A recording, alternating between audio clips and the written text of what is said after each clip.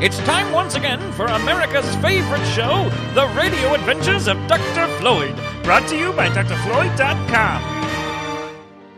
Sinister, black, menacing. These are just a few of the words people have used to describe the ship that is currently racing through the time and space tree. Evil, devious, conniving. These are just a few of the words people use to describe the captain of that ship, Dr. Steve. He is a villainous mastermind who will stop at nothing to achieve fortune and fame by causing as much trouble in the time and space stream as possible. Fidgert, have you downloaded the recent news from our own time period?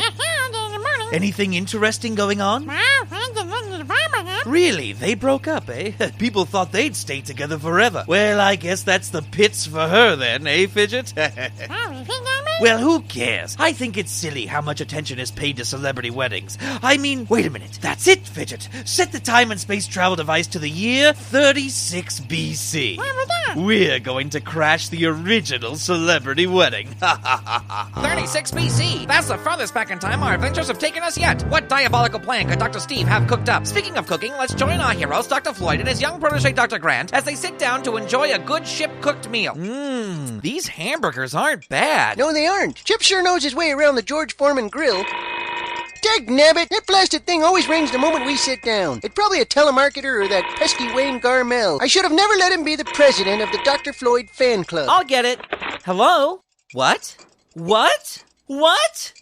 Okay, bye. Could you pass the relish, please?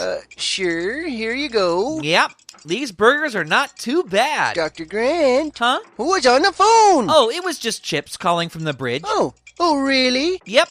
And did he have anything to say, or was he just calling to see how the burgers are? These burgers aren't bad, I'll tell you that much. But no, he wasn't calling to ask about the burgers. Well, then what was he calling about? Oh, he just wanted to let us know that Dr. Steve and Fidgert had made a time jump. What? Yeah, something about them going to the year 36 BC. What? Yep, says they jumped about 5 minutes ago. Hey, how's your burger? Land of Goshen, Dr. Grant. We don't have time to eat burgers. We need to get after Dr. Steve. Come on, let's go. As our heroes race to the bridge of the ship, let's go back in time to the year 36 BC. We are in an incredible jeweled hall in Alexandria, Africa. In walks one of the most famous Roman generals of all time, Mark Anthony. He is being attended to by a young Roman soldier. Is everything ready for the big day, Thaddeus Pererius? Yes, sir. All the decorations are up and ready to go, sir, and the caterers will arrive within the hour, sir. Excellent. I want nothing to go wrong on my wedding day. Once I marry Cleopatra, all of Rome will rejoice as we begin to once again expand our grip on the world. Oh, Marky Mark, where are you, my love? I wish you wouldn't call me that. I'm in here, my dear. Close your eyes. It's bad luck to see the bride before the wedding. They are closed, my dear. They'd better be.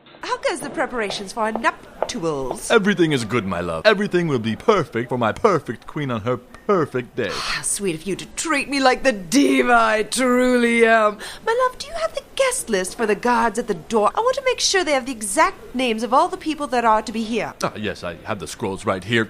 Oops! Mark!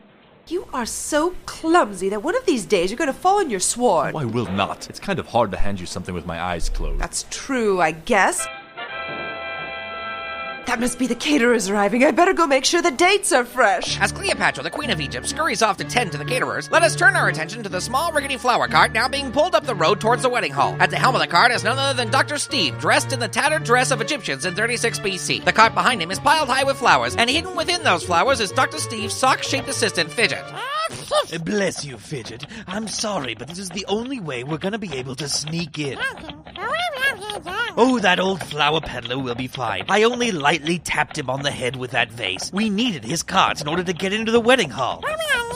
We are going to do what we always do, Fidgert. Swipe something and then sell it on eBay once we return to our own time.